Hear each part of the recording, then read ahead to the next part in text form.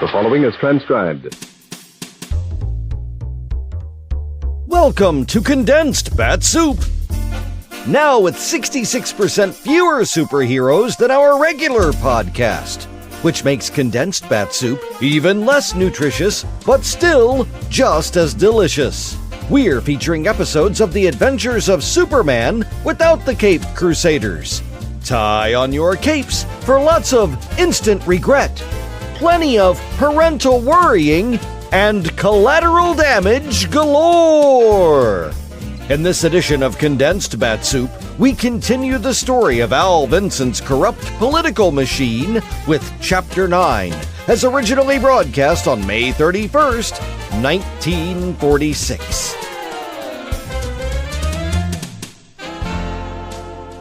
Faster than a speeding bullet. More powerful than a locomotive. Able to leap tall buildings at a single bound. Look, up in the sky. It's a bird. It's a plane. It's Superman. Kellogg's Pep. P-E-P, Pep. Kellogg's Pep, the Sunshine Cereal, presents The Adventures of Superman.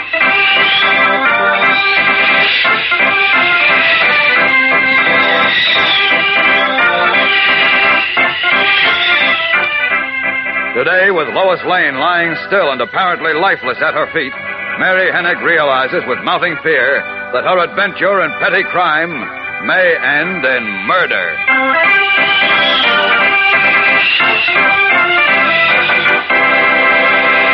Hello there, gang. This is your pal Dan McCullough. You know, old man Sun sure is on the beam these late spring days. Why, he shows up at breakfast time almost as regular as clockwork. Sheds good old sunny cheer all over the place.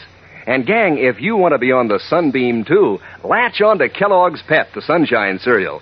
There's a sunny, golden toasted treat that is a treat. Crisp, delicate flakes of real whole wheat, full to the brim with sparkling sunshine flavor. It's a keen flavor, a delicious flavor, a come-on flavor that keeps your spoon coming right back for more. Makes you want to dig right in and polish the bowl clean as a whistle. And, you know, that's the right idea. Sure, it's mighty important to get the good out of every bit of your breakfast dish of Kellogg's Pep. Because it's good for you, and because it's not smart to waste cereal, particularly nowadays. You see, whole wheat is one of the cereal grains picked out to send to fellows and girls all around the world. Think of that, gang, when Mom brings Kellogg's Pep home from the grocer's. Make sure there's no waste at your house. If you pour your own Pep, take time to pour it carefully and eat up every bit you pour out. And say, kind of keep an eye on your younger brothers and sisters, too. Just make sure you eat all your Pep. Don't waste it. Now, the adventures of Superman. Having wormed her way into a job on the Daily Planet, young Mary Hennig, who is also known as Chickie, stole certain letters from the newspaper office. Letters which exposed Martin Higgens, a candidate for mayor of Metropolis, as an ally of gangsters and racketeers. But in her guilty haste, Mary dropped one letter in a closet in Lois Lane's office. And that evening, when the planet was deserted, she returned and found it. She was using Lois's office phone to report her success to Al Vincent, a crooked pawnbroker and henchman of Higgens who hired her to steal the letters, when Lois entered and overheard her. Shocked, Lois demanded the letter. Mary refused to give it up. Lois tried to take it from her, and in the ensuing scuffle, Mary struck her on the head with a heavy paperweight. As we continue now, the girl reporter lies motionless on the carpet. Horrified at what she has done, Mary gets Al Vincent back on the phone. Listen. She's dead, Al. She's dead. What are you talking about, Chickie? Miss Lane, she's dead. But I didn't mean to kill her. Honest, I didn't mean to do it. So help me, I only... Wait a minute. You mean you bumped her off? Yeah, but I didn't mean to. Honest, I didn't. Holy smokes. It was an accident, Al. She come in when I was talking to you. She heard everything. She said I'd be arrested, and I got scared. You and dumb little sap. You got us all in a jam. I didn't mean to do it, I tell you. Ah, shut up. Where are you? In her office. Miss Lane, she's laying right here. You gotta help me, Al. Stop whining. Did anyone see you do it? No. There was just me and her. That's a break. Did anyone see you come in the place? The watchman and the elevator man. No, that's bad. That's why I'm afraid to go out. When they find her, they'll know I did it. You gotta tell me what to do, Al.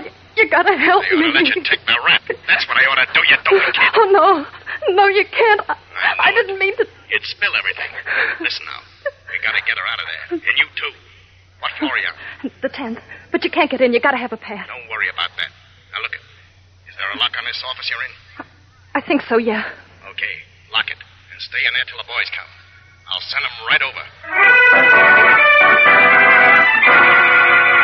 Trembling with terror in the belief that she is a murderess, Mary Hennig locks the door to the little office and, burying her face in her hands, cowers in a corner as far away from the inert form of Lois Lane as she can get. At the same moment, unaware of what has happened, Superman, in his guise of Clark Kent, is talking with Mary's mother in the kitchen of a shabby tenement flat. Without realizing that Kent suspects her daughter of complicity with the crooked Higgins-Vincent group, Mrs. Hennig, instinctively worried, nervously smooths her apron with red, work-roughened hands as she tries to make her guest welcome. I hope you don't mind waiting in the kitchen, Mr. Kent. No. The children are asleep in the other room. Of course I don't mind, Miss Hennig. You don't know where Mary might be, do you? No, I don't. She should have been home by now. Could you tell me what you wanted to see her about? Oh, it's nothing important. It's just something that came up in the office today. I see. Tell me honestly, Mr. Kent, she didn't get into any trouble, did she? Well, what makes you ask that? Oh, nothing, really. I just asked. You see, living in this neighborhood makes me worry about Mary. Has Mary been giving you cause to worry, Mrs. Oh, Hennig? no. Mary's a good girl, but just the same I worry about her because all these bad kids around here, well, you know, sometimes they give good kids bad ideas. Yes, of course. Seems like they're nearly all bad children in this neighborhood. Oh, most youngsters aren't really bad. They are around here. You don't know. Yes, I do know. They're not really bad, Mrs. Hennig. It's just that they fall into wrong ways in overcrowded tenement districts like this because there's no place for them to play except in the streets. Yes, that's true. Start hanging around the corner pool room and join gangs and steal and smash windows just for the excitement to let off steam. Oh, I know all that, Mr. Kent. But what's a person to do? I'd move out of this neighborhood tomorrow if I could. Well, but this tenement is all I can afford, so I can't do anything. Now, don't you worry, Mrs. Hennig. When Henry Marshall becomes mayor, he'll tear down these slums and build decent housing and parks and playgrounds and gymnasiums.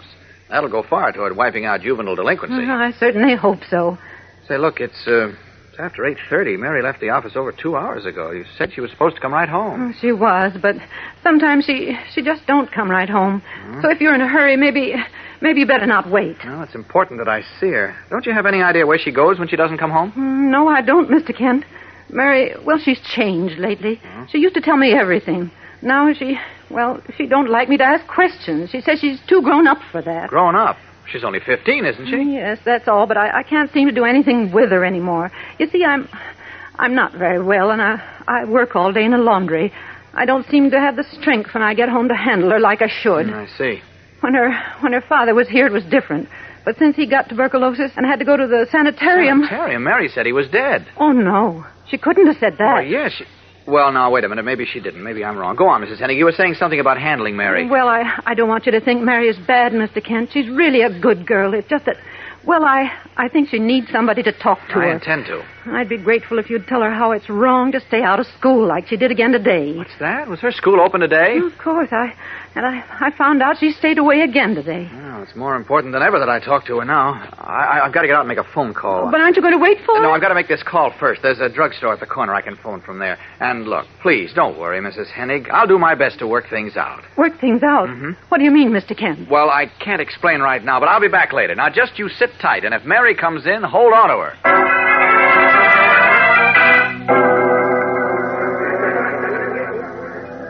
Hello? Jim, this is Mr. Kent. Mr. Kent, hey, what happened to you? I've been waiting in this restaurant for an hour. I'm sorry, I've been tied up. Listen, Jim, when you got to the office early this morning, you found Mary Hennig there, didn't you? Yeah, she thought we started work at 6:30. Cheated herself out of an hour's sleep. Uh-huh. Didn't she say there was no school today? Uh-huh. Why? Oh, nothing. I just wanted to be sure. Look, is Lois there? No, she went back to the office to finish her story. She said we should pick her up on our way to police headquarters. Oh, well, you pick her up and go over to headquarters. I'll see you there in a little while. Oh, but look. Mr. White made a date for all of us to see Inspector Henderson at 9 o'clock. Well... He'll be sore as a boil if you're not there. I can't help it, Jim. Tell him I'll be there as soon as I can. Well... And that I may bring the person who stole the Higgins letters with me. No kidding. Well, listen, who is it? No time to talk now, Jim. Just do as I say. Go over to the Planet, pick up Lois, and hot-foot her to Henderson's office. I'll see you there later. So long. Leaving the drugstore, Kent steps into a dark doorway, strips off his business suit, and stands revealed in the blue costume and red cape of Superman. Then, up, and away!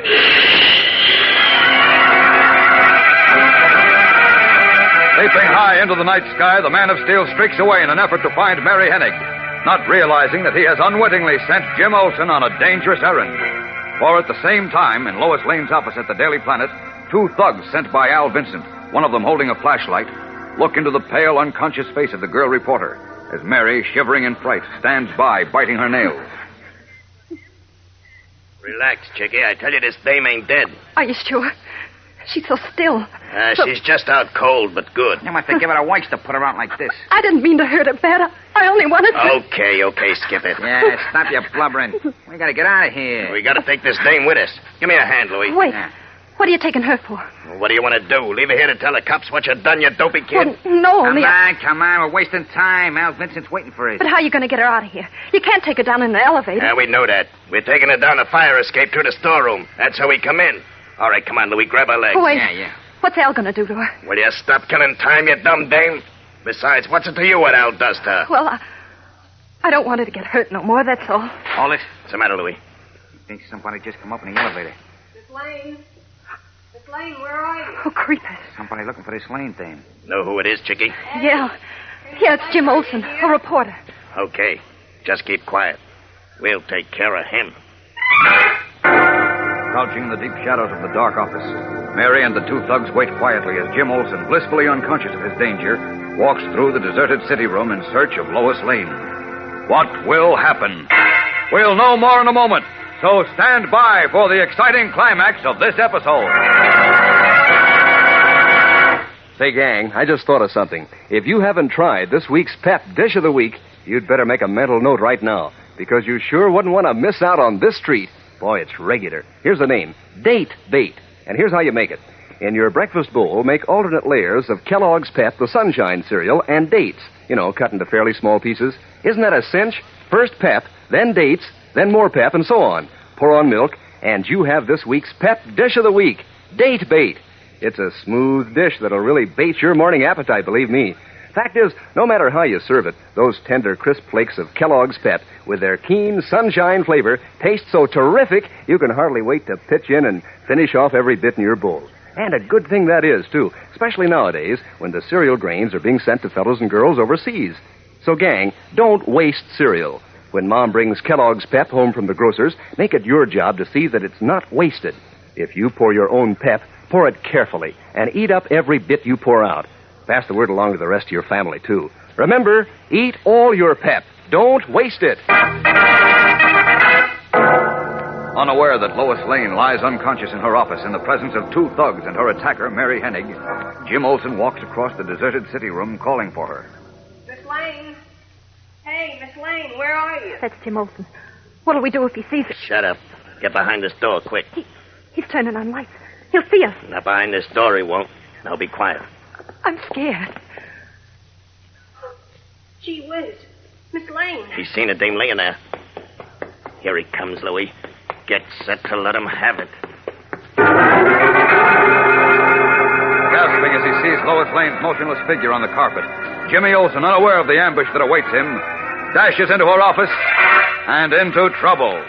What will happen to the boy reporter and to Lois Lane while Superman, unaware of what is taking place, is several miles away? Don't miss the next exciting episode in this story of a fight against juvenile delinquency.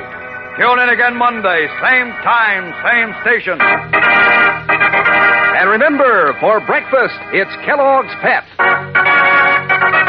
For excitement, the adventures of Superman.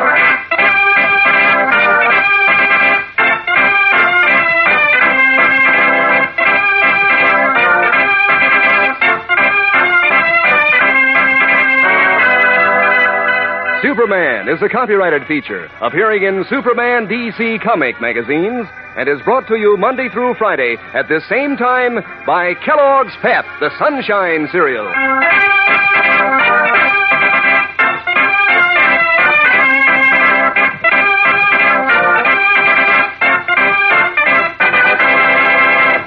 Lots of you kids have dogs, and I'll bet one of the things they enjoy most is a tug of war. Dogs seem to get such a kick out of using their strong teeth and muscles.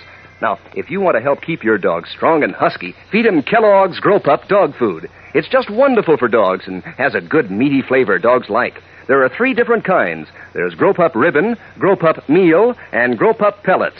Ask your mother to get Kellogg's Grow Pup today and see if your dog doesn't gobble it right up. And be sure to be with us on Monday for the thrilling adventures of Superman. This is the Mutual Broadcasting System. And now, faster than a speeding bullet, Condensed Bat-Supe proudly presents Chapter 10 of Al Vincent's Corrupt Political Machine, which was originally broadcast on June 3rd, 1946. Faster than a speeding bullet. More powerful than a locomotive. Able to leap tall buildings at a single bound. Look, up in the sky. It's a bird. It's a plane. It's Superman. Kellogg's Pep. P-E-P, Pep. Kellogg's Pep, the Sunshine Cereal, presents The Adventures of Superman.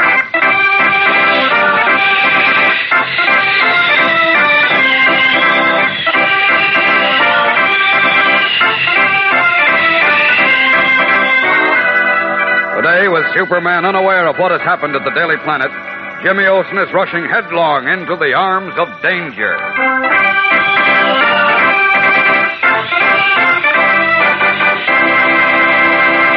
Hello there, gang. This is your pal Dan McCullough. You know, you can't measure good eating with a yardstick. But for extra good eating at breakfast, Kellogg's Pep certainly measures up. Yes, sir. Pep, the Sunshine Cereal, sure is on the sunbeam when it comes to making breakfast a mighty slick treat. Has loads of keen, sparkling sunshine flavor, for one thing. A rare flavor that signals go-ahead to your appetite every time. Believe me, gang, the spoon that comes up filled with sunny, golden toasted Kellogg's Pep goes right back for more. And in crispness and delicate tenderness, Pep is terrific.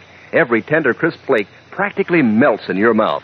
Why, if you're hep to Kellogg's Pep, you're hep to a smooth dish that keeps you busy until you've eaten up every last bit in your bowl, which is always a good idea because Pep is good for you. But it's especially important nowadays when we're sending cereal grains to fellows and girls overseas. So, gang, when Mom brings Kellogg's Pep home from the grocer's, make sure it's not wasted. If you pour your own Pep, pour it carefully and polish off every bit you pour out. Pass the word along to the rest of your family, too. Make it your habit to eat all your Pep. Don't waste it. Now, the adventures of Superman. When, on the strength of certain letters, the Daily Planet accused Martin Higgens, a candidate for mayor of Metropolis, of being in league with criminals who encourage juvenile delinquency, Higgens countered with a charge of slander and sued the paper for $1 million. Then, when they learned that their evidence against Higgens had disappeared, stolen, as we know, by a juvenile delinquent named Mary Hennig, also known as Chicky, our friends felt their cause was lost. Suspicious of Mary, Clark Kent went in search of her that evening. But meanwhile, Lois Lane had caught the thieving girl red-handed in the darkened newspaper office. And in the ensuing struggle, Mary struck Lois on the head with a heavy paperweight. Then, terrified at the thought of having committed murder, she phoned Al Vincent, a henchman of Higgens who had forced her to steal the letters. Vincent sent two of his thugs to the Planet, and they were about to carry the unconscious Lois away when Jimmy Olsen arrived to call for her. Mary and the two men hid behind the door. And as we continue now, Jimmy, seeing Lois lying motionless on the floor of her office, rushes to her aid. As he enters the office, the two men spring out from behind the door. Listen. Okay, Louie. Let him have it. Yeah.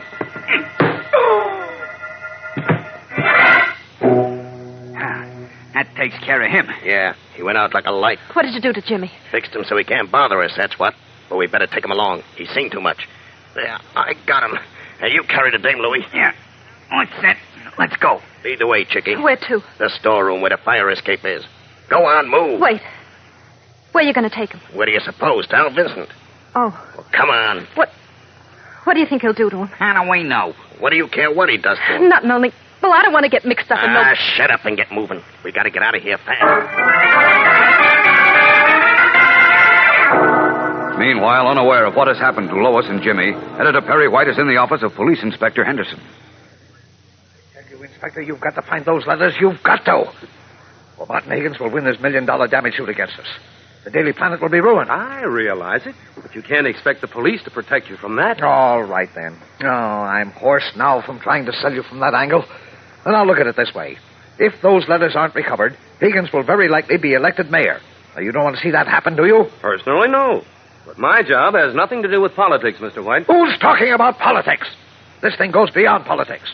I told you those letters prove that Higgins does business with criminals, that he's pledged to kill the slum clearance bill. I know. Do I have to remind you that those rat-trap tenements in the slums are the breeding place of juvenile delinquency? If you'll listen a moment... Do I have to remind you, the police inspector, that juvenile delinquency is the number one problem in this country? Do you want a mayor who takes bribes from the rats who promote it? Now, look, Mr. White, I know my duty. You can skip the soapbox orations. Soapbox orations? What were you... Now, look, you've already lost your voice, and losing your temper won't help either. I told you we're doing everything possible to recover the letters. My men are investigating the members of your staff right now. My staff? Well, what's the idea? Because the thief must be a member of your staff. Oh, nonsense. My people have been with me for years. I know all of them. They're not thieves. Well, one of them must be. By your own admission, you were in the city room when you told Jim Olson to put the letters in a certain file in the clipping morgue and put the key in your desk. There are thousands of files there. No outsider could have known where to look. Oh. One of your employees overheard you. Oh, nonsense, I say. No, it isn't nonsense. What? Who said that? I did, Chief. Hello, Inspector. Hi, Kent. Oh, it's you, Kent. Now, where have you been? Hi. Hey, what's the matter with your voice? A cold? Oh, never mind. Now, look. You've got to help me knock some sense into Henderson's head. He's wasting time investigating the Planet staff while whoever stole the letters gets away. Well, a member of the staff must have stolen them, Chief. What? You two? No one else could have known where they were. That's what I've been trying to tell him. Oh, baloney. One of Higgins's spies might have been in the city room and overheard me.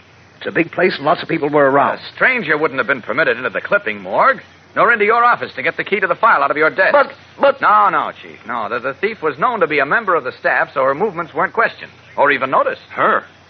You know it was a woman, Kent? Yes, I'm pretty sure I know who did it, Inspector. Well, who? I want Lois to hear this. We need her help. Where is she, Chief? How do I know? And what do you need her for? Well, we do need her. Where'd she go from here? She wasn't here. She wasn't? Why, I spoke to Jim some time ago. He was going to pick up Lois at the Planet and come right over. Neither Miss Lane nor Jim were here tonight, Kent. But listen, strange. Did they phone? No, they didn't. And never mind them right now. You say you know who stole the letters? Oh, that can wait. Right now I'm worried about Lois and Jim. They should have been here to keep an appointment with me. Besides, I told Jim I might bring the guilty person with me. They wouldn't have missed that. Oh, stop worrying. Something else must have come up. Now, look. Just a moment, Chief. Wait a minute. May I use your phone, Inspector? Go right ahead. Thanks. Blast it, Kent. Will you stop stalling and tell us what you know? Huh? Oh, you want the name of the thief? No. I want the name of your barber. Barber? Confound it. If you don't start talking, Here it is. I'm pretty sure the thief is Mary Hennig. What? Mary who? Mary Hennig. Well, who's she? The youngster we just hired. 15-year-old girl who... Kent, are you out of your mind? Well, not at all. Just who is this girl, Kent? Well, she's a nice youngster. Friend of Lois's. She had no more stolen letters than I did. Nobody answers at the Planet. No, of course not. Everyone went home hours ago. Who are you calling now? Lois's apartment. Why do you suspect this Hennig girl, Kent? Well, I became suspicious of her last night, Inspector, after the raid on Al Vincent's pawn shop had been tipped off. See, she was in the office with Mr. White, Lois, Jim, and me when we were discussing it. And nobody else knew about it. Now, the police knew about it. The leak might have come from there. Now, look, Mr. White, I don't like that. Skip it, Inspector, skip it. I was about to say we knew that Vincent's pawn shop is a hangout for juvenile delinquents where he teaches them to steal and then buys the stolen stuff from them. Now, my hunch is that this Hennig girl is a juvenile delinquent working for Vincent and Higgins, eh? Exactly. Nonsense. Lois doesn't pick juvenile delinquents for friends. Well, Lois was fooled just the way the rest of us were. I just want to ask her one question. That'll prove whether I'm right or wrong. Well, where are you going to find her? I don't know. She's apparently not at her apartment either. I don't like this. Where is she and where's Jim? Oh, don't worry about them. They're not babies. Well, I am worried. I'm going to look for them. I'll see you later.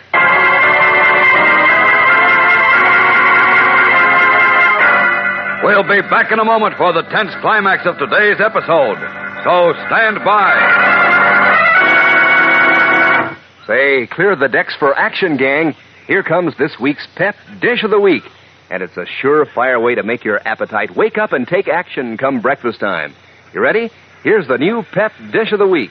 Black Raspberry Ringer. And here's how you make it. You start off with your regular serving of Kellogg's Pep, the Sunshine cereal. Then take plump, juicy black raspberries and make a ring of them on top, right around the edge of your bowl. Add milk and sugar and pitch into your black raspberry ringer. Sure does ring the bell with your morning appetite. Pep does the trick, Kellogg's Pep tastes so sunny and golden and terrific, it's a natural for a breakfast treat any day in the week. Pep's tender crispness teams up swell with those juicy berries, too. Makes a dish that you'll want to concentrate on until you've polished off every last spoonful. And that's one way to keep from wasting Pep. And another way is to pour it out carefully. You see, nowadays, the cereal grains are being sent to fellows and girls all over the world. Keep that in mind when Mom brings Kellogg's Pep home from the grocer's. And say, kind of keep an eye on your younger brothers and sisters, too. Tell everybody in your family, eat all your Pep. Don't waste it. Worried when Lois Lane and Jimmy Olsen failed to appear at police headquarters, Clark Kent, who, as we know, is Superman, went to the Daily Planet to search for them. But Lois and Jimmy are now in a basement room of a shabby tenement building guarded by Al Vincent's henchmen, Steve and Louie. In a room of the apartment above, Al Vincent is questioning Mary Hennig.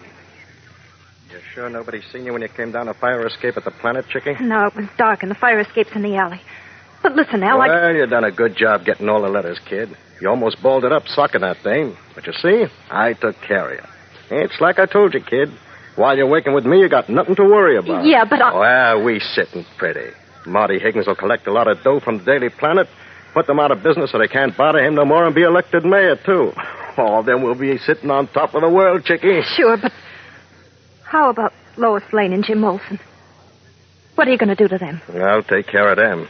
Don't worry. What do you mean you'll take care of them? Don't worry, I tell you. I got a little scheme dreamed up to get rid of them and make it look like they had a little accident. You mean you're going to kill them? Who, me? No. I said they were going to have an accident. Oh, you can't. That'll be murder. So what? Marty Higgins and I don't play for peanuts. There's big dough on the line here. Big dough.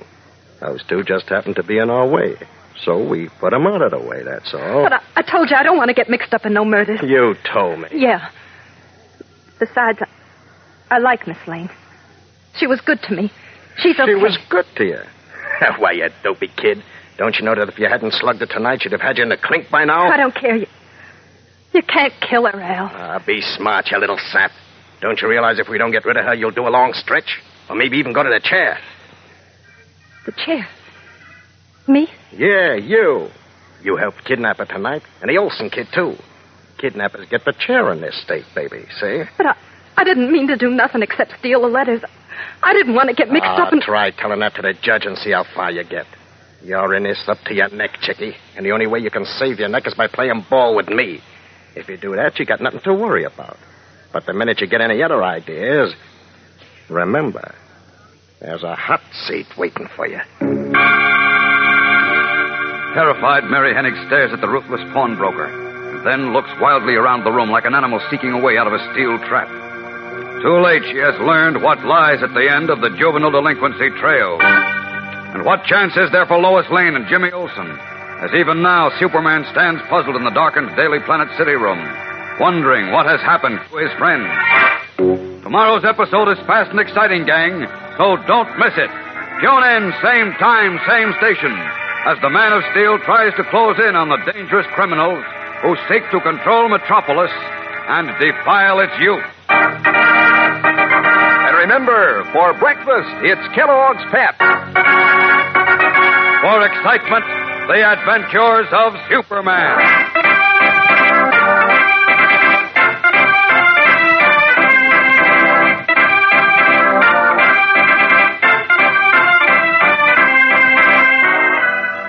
Superman is a copyrighted feature appearing in Superman DC comic magazines and is brought to you Monday through Friday at the same time by Kellogg's Pep, the Sunshine Cereal.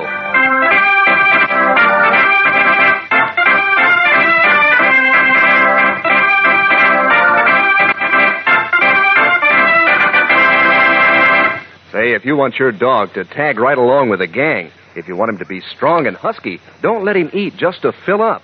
Mix his scraps of meat and fat in with Kellogg's Grow Pup dog food. Then just see if you don't get congratulations on what a fine dog you have. Grow Pup has what it takes to help keep a dog hitting on all fours. And it's full of swell, meaty flavor dogs like. Besides, there are 3 different kinds of Grow Pup. Grow Pup Ribbon, Grow Pup Meal, and Grow Pup Pellets. Ask Mother to start feeding your dog Kellogg's Grow Pup today. And be sure to be with us tomorrow for the thrilling adventures of Superman. This is the Mutual Broadcasting System. It's time for a Condensed Bat-Supe Extra Helping. Because sometimes heroism is in the sound of someone's voice. This is a truly gripping episode worthy of the name Suspense. Frank Lovejoy stars as an air traffic controller faced with impossible odds in an episode titled The Long Night, as originally broadcast on November 18th, 1956.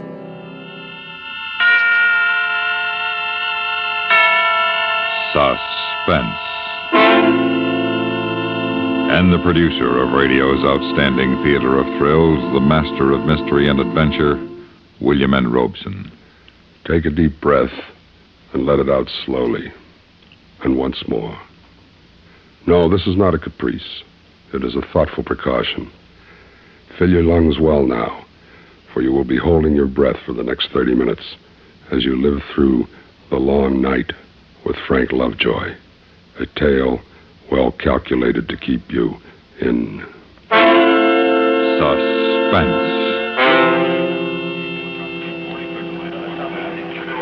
This is United 404, 10,000 over outer range. Request lower altitude, over. United 404, this is Rockford Tower. Maintain present altitude until further advised, over. United 404, roger, Rockford. Over and out. Rockford Radio, this is Delta 318, over. Delta 318, this is Rockford Radio, go ahead. Delta 318, request permission for gradient approach. I'm over Milford Hills at 4,000, over. Delta 318, you straight stand in in the airport granted. control tower 90 feet up in the sky over Rockford Field, waiting to go on the night watch. And you listen to the babble of voices that fill the crowded room in an endless series of requests. Requests for altitude change, request for landing permission, request for the weather. Here is the 9 o'clock weather. Low, straightest clouds over the entire Mississippi Valley, spreading out over the central states. Visibility 2 miles, ceiling 2,200 feet and lowering steadily. Smoke Clouds, and haze, smoke, haze, and fog, and a ceiling getting lower every minute. You look out through the tinted glass windows into the misty night, and you think of the strangers overhead, in and above the clouds. And you wonder if they, too, feel the hush as the long night begins. You wonder if the strangers, with the throb of engines and the harsh rasp of many voices in their ears, can feel the stillness. You look around the tower room, you look and you listen to the voices, and you're glad every time a ship touches down safely on the long, light-lined runways. Okay, Brother Ken, you can have it.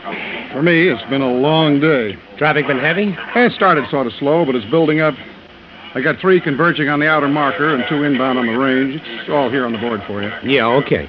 We're beginning to stack up over Chicago, but that's their worry. Yeah, and they can have it. Yeah. Well, happy landings, man. Yeah, so long, Charlie. Night, Charlie.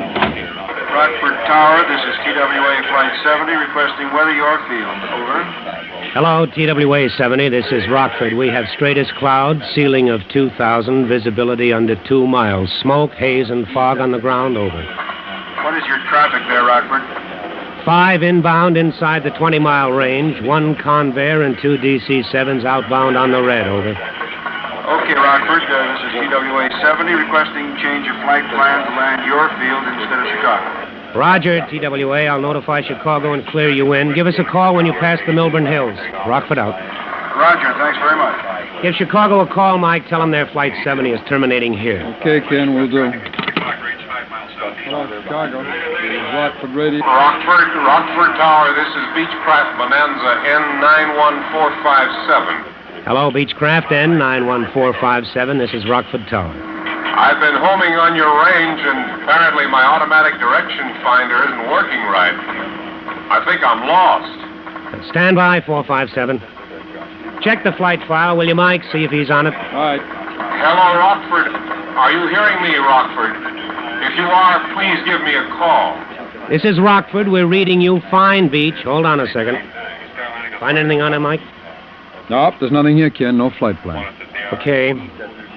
Hello, Beechcraft N91457. This is Rockford Tower. What seems to be the trouble with your ADF? I don't know exactly, Rockford. I'm not too familiar with this equipment.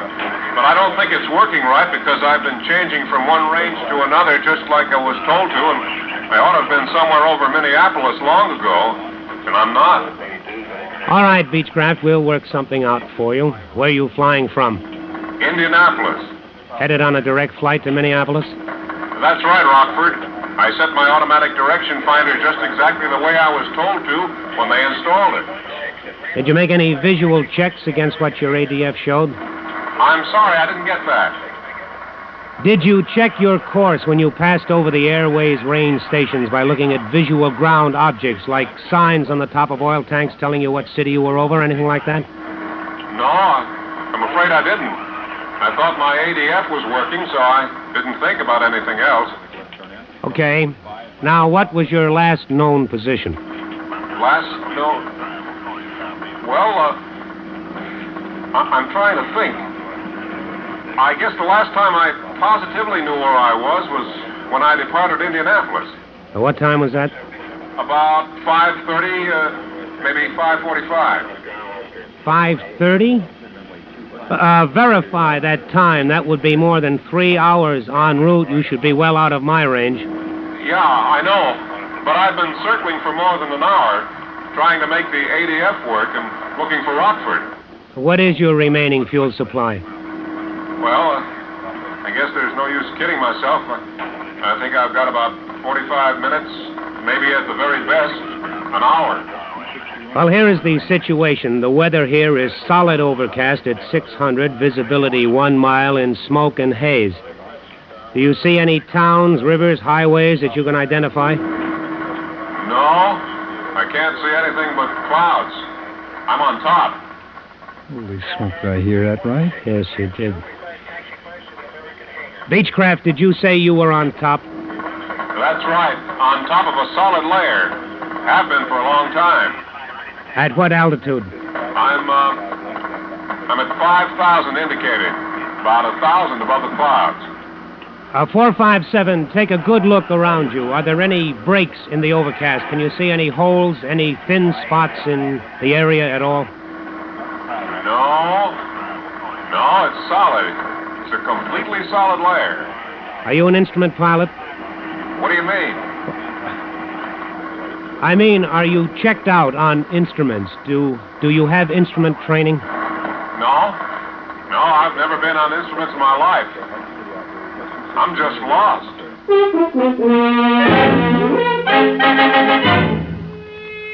You look at the clock, 9:04. You look at the clock and mentally give yourself 45 minutes. 45 minutes to find him, bring him in, and get him on the ground. You check the latest weather chart and you don't like what you see. Your mouth feels dry. You reach for a cigarette as you punch the mic button and do the next thing that must be done. Rockford Tower to all planes working this frequency. We have an emergency. Repeat, we have an emergency. Please maintain radio silence on this frequency until further notice. Out. Rockford Tower to Beechcraft, N91457. Come in, 457. Okay, Rockford. Tell me, how did you get on top? Well, it was almost clear when I left Indianapolis. I climbed straight out to 5,000, and later, while I was trying to get the ADF working, I found myself on top. It just happened. Yes. Are you familiar with range orientation? No, I don't know anything about that either. I'm just a businessman with a new airplane. I know only enough about the radio to tune in the stations. I know I'm lost, though, and need help. These gas tanks aren't getting any fuller. Yes, I know, 457. I understand. Sure, you understand, but he doesn't. He knows he's lost and he needs help. He understands that. But he doesn't know what the odds are on getting him straightened out and over the field and then getting him down through that solid layer of clouds. You fight down a sudden urge to push the microphone button and scream at him. To tell him that nobody forced him into an airplane he hardly knew how to fly. Nobody forced him to take off on a long night cross-country in weather suitable only for experienced professionals. But you know there's no time for hindsight. There's hardly any time for hopes. So you push the black button and you try to sound calm. Hello, 457. This is Rockford Tower. Now, listen to me carefully. Are you reading me okay? Yeah. Hello, Rockford. I'm hearing you fine. Loud and clear. All right. Now I'm going to try to get a fix on you. But before I do, I want you to know what the situation is. I'm sure I can find you. I'm reasonably sure I can get you over the airport before you're out of fuel. I am not sure, though, that we can get you on the ground. Do you understand? No, I don't understand. I'm lost and I'm about out of gas and I don't understand why we're wasting time talking about it. You get me over an airport and then we'll worry about getting on the ground. All right, but you understand this. It's my job to help find you. It's my job to help you find the airport, and I'll do everything I can to get you on the ground. But flying that airplane through those clouds will be the hardest thing you've ever done in your life. Do you understand that? Okay, I understand. Now, what are we going to do? Now, we're going to orient you by radio and bring you in over the Rockford Airport. I will tell you what must be done, but you have got to do it. I can't fly your airplane for you. Do you understand? Yeah, okay, Rockford. I understand.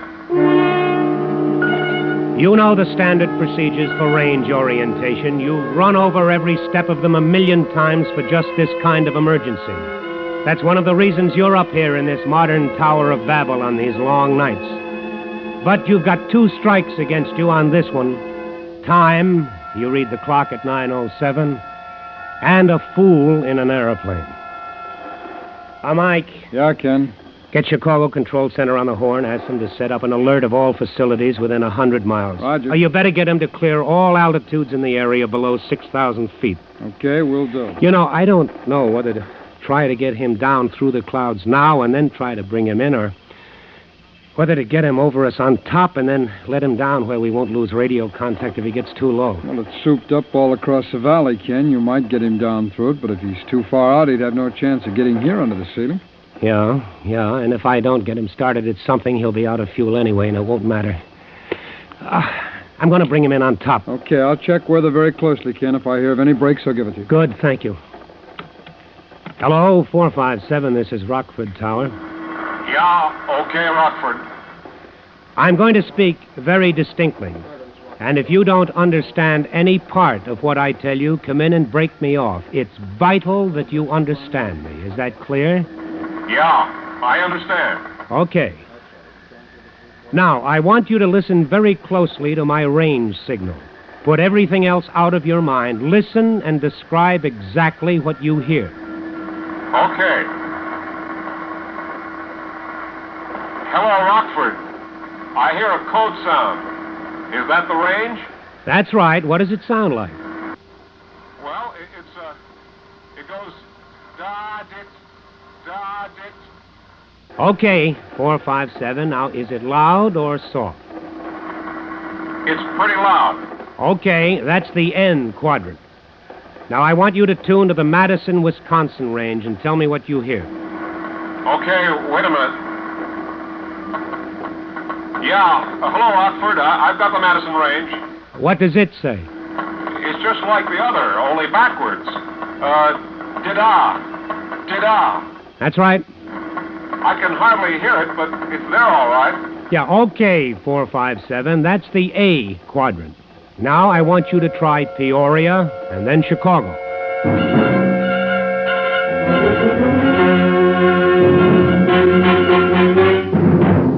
Rockford, Madison, Peoria, Chicago. 4 corners to check from. 4 radio sounds that you hope he's reading correctly. You finish the check and he comes through without a bobble, and you know you have him fixed. You know at least his direction from you. You take a deep breath, and for the first time you feel a tiny flicker of hope that you're going to find your stranger and get him in all right. But you're a long way from home, and you light another cigarette and push the black microphone button hard. Now listen carefully, 457. I'm going to run a check procedure on you. I want you to take up a northeast heading, turn your volume down as low as you can, and still receive my range signal. At the very moment you detect a change in signal strength, either higher or lower, advise me. All right, Rockford. I'll do my best. I'm not sure that I'm not at all sure. Hello, 457. Can you hear me? Do you hear me, Beechcraft 457? Rockford. Yes, I read you now. I lost you for a second, but I hear your range signal now. Did you get all of my last transmission? Yeah, I think so. I think I can do it. Hello, Rockford. My gauges indicate empty tanks. There's some gas left, I know, but I have no idea how much. Do you know where I am? I'm quite sure of your direction from me, and I believe I know how far out you are within, say, 20 miles. If what you've told me is correct, I estimate you have 30 minutes fuel remaining. I believe your gauges are indicating normally. Now, try to concentrate on doing just what I've told you to do. Yeah.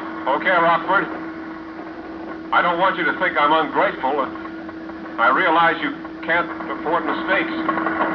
But I can't last much longer. I'm not trying to hurry you, but the gauges say empty, and my son is getting sick. You didn't say anything about having any passengers aboard. How many are there of you? Just my son and me. Is the air rough? Is there turbulence? No the air is smooth. But you said your son is getting sick. Yes. You see, he's only 9, and he's getting scared. That's what's making him sick.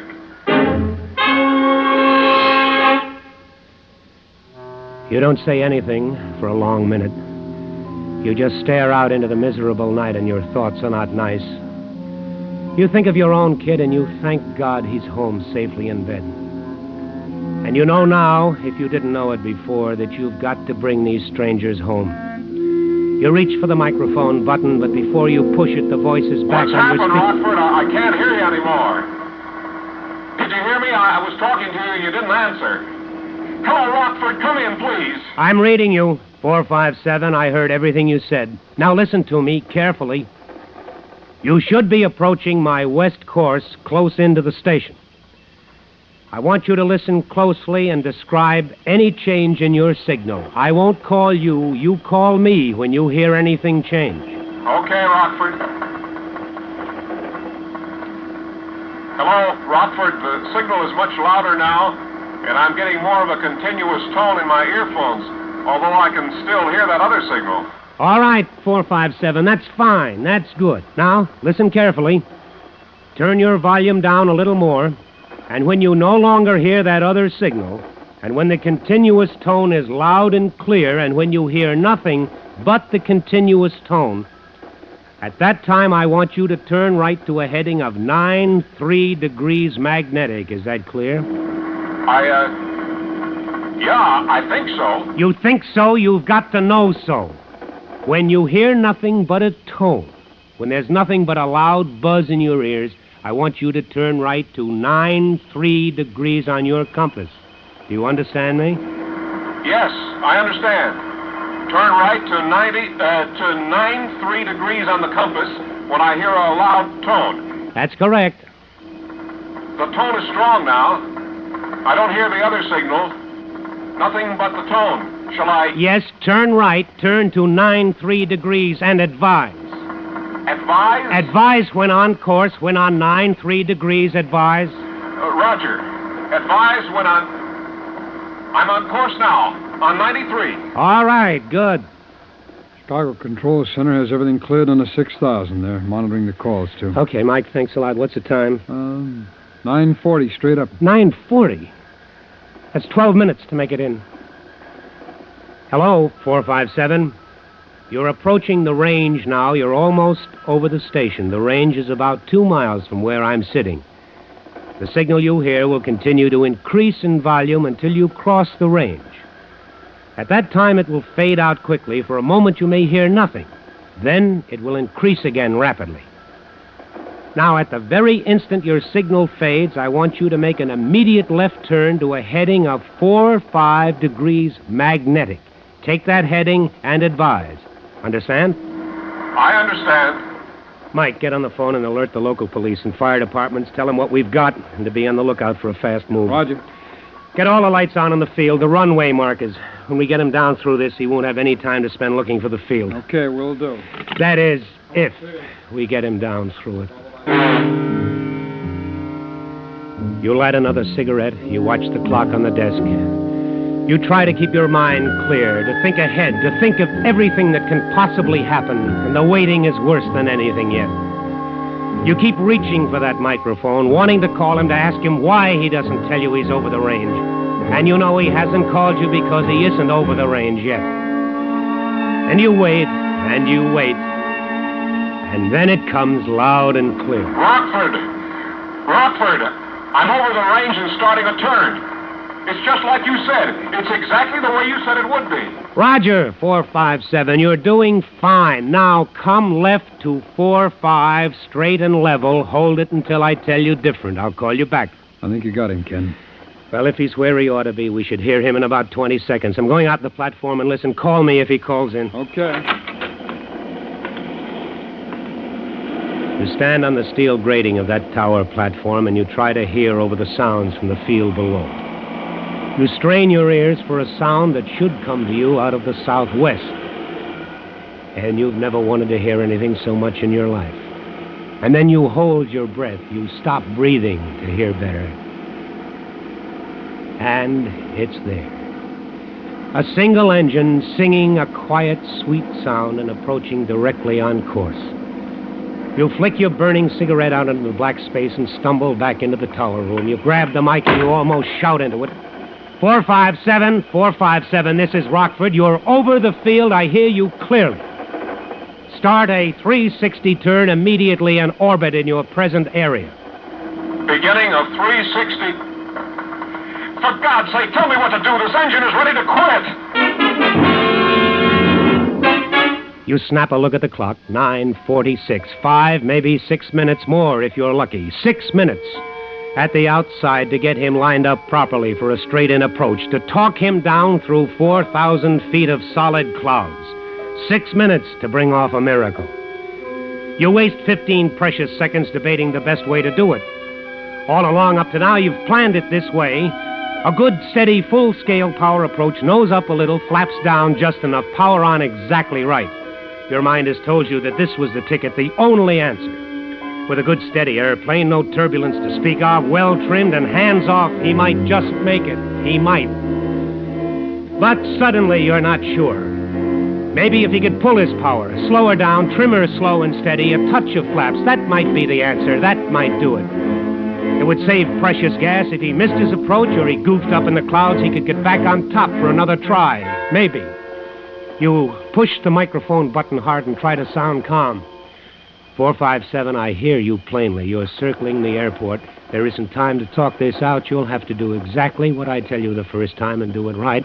There simply isn't time enough. Oh, wait a minute. Do you have chutes? Do you have parachutes aboard? No parachutes. All right, 457, we'll have to do it this way. Now listen to what I have to say. You don't have to talk, just listen.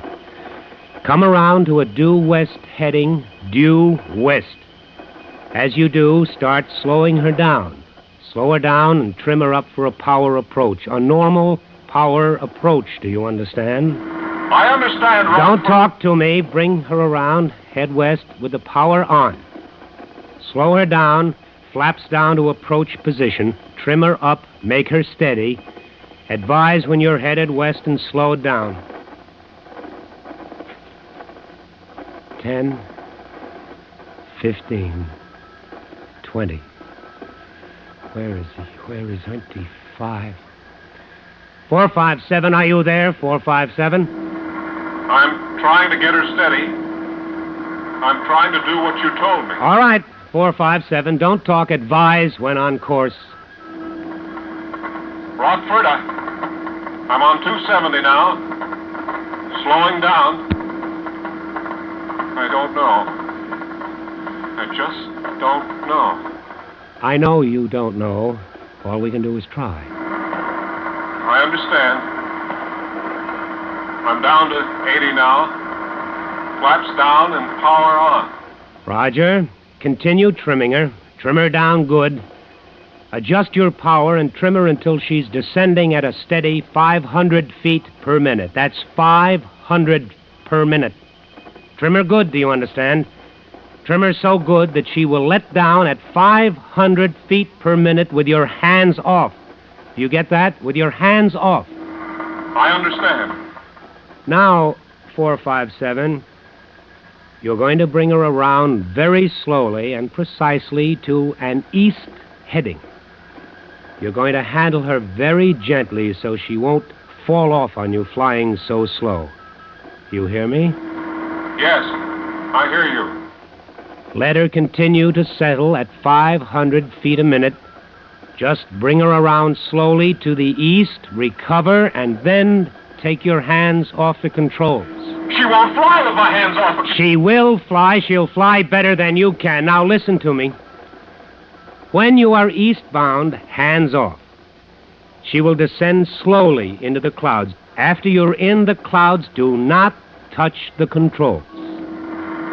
I don't think I... Then don't think, do as I tell you. Now, when you get in the clouds, everything will change for you. You will think the airplane is all wrong, that it's doing everything that it shouldn't do. If you leave it alone, it will start a slow spiral to the left, but I don't think it'll be enough to do any harm until you've broken out under the ceiling. Now, whatever it does, you will think it's going to the right or up or down or even spinning. But it won't be doing any of those things unless you make it do them. Now, don't touch it. Now, are you eastbound? I'm eastbound, yes. Take your hands off the controls. But Take your hands off now. Okay. Hands are off. Now, let her have it. Let her fly herself. Ken, the ceiling's under 600 feet. That doesn't give him much time to recover and get his bearings when he breaks out. Oh, but it's all we can do. It's all anybody can do. You sit there waiting, only too aware of what can be happening in the cabin of Beechcraft 457, sweating out each second of time with a terrified pilot and his deathly scared kid.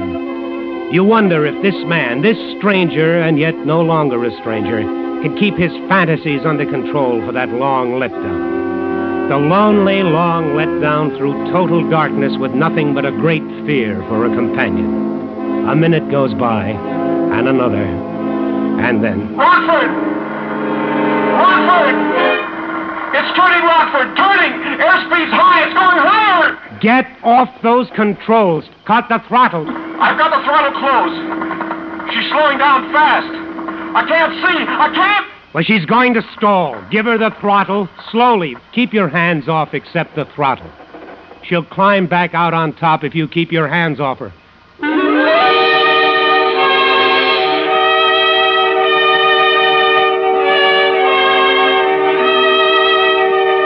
2 minutes wasted, more than 2 minutes, because he couldn't believe what you told him. You had him and then you lost him. And now, if the teacup of gas still in his tanks holds out, if he gets back on top, you still have it to do all over again. You begin to feel the long night closing in on you. He's almost calm when he calls you back this time. You can almost hear his sigh of relief. Hello, Rockford. I'm back on top now. Good. Maybe we have time for one more try. Now, let's try it with the power off this time. You may lose your engine before you can get... It's no use, Rockford. It's just no use. I can't do it. I was fine until I got into those clouds. I just couldn't sit there and do nothing. I just couldn't. I know I can't do it again. Listen, there's time. There's time for another try. Forget it. The engine just quit. That's it, Rockford. Well, you can still do it. Forget it. You're wasting your time. I just want to say thanks for trying. Hello, 457. Hello. Hello, Beach. Hello, 457. Ken, he can't hear you. His hands froze to the mic. Yeah.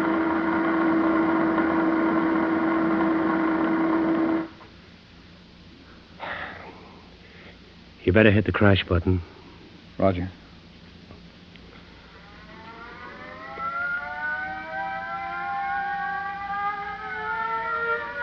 Rockford Tower to all planes awaiting landing instructions. The emergency is over. Normal radio procedure is now in effect. Rockford, over and out. Rockford Radio, Delta 216, rest. CWA 70, request permission.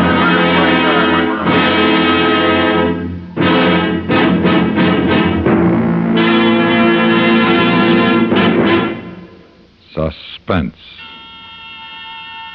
In which Frank Lovejoy starred in The Long Night, adapted by Sam Pierce from the Atlantic Monthly story by Lowell D. Blanton. Listen. Listen again next week, when radio's outstanding theater of thrills brings you another tale well calculated to keep you in suspense. Suspense is produced and directed in Hollywood by William N. Robeson.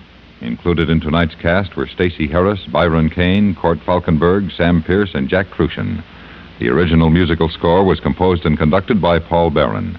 Sound patterns by Ray Kemper and Bill James.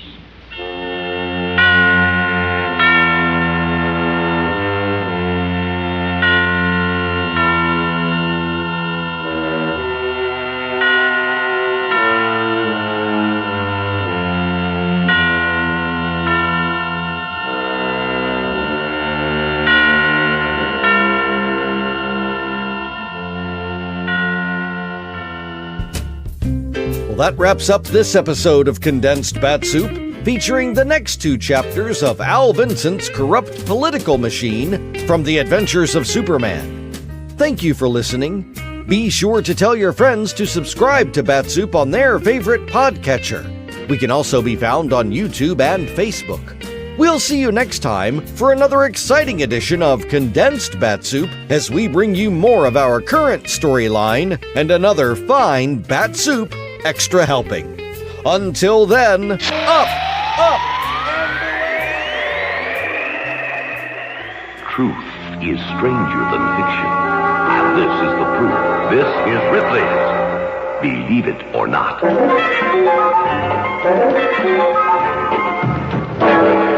Sir Thomas Overbury certainly deserves to be called a man of iron. He was imprisoned in the Tower of London, and for 3 months and 17 days was fed a daily diet of hemlock, arsenic, nitric acid, ground diamonds, and mercury, enough poison to have killed 20 men. But Sir Thomas refused to die. Finally, an injection of a powerful corrosive killed him. Later, the guards who'd been bribed to poison him were executed. Believe it or not.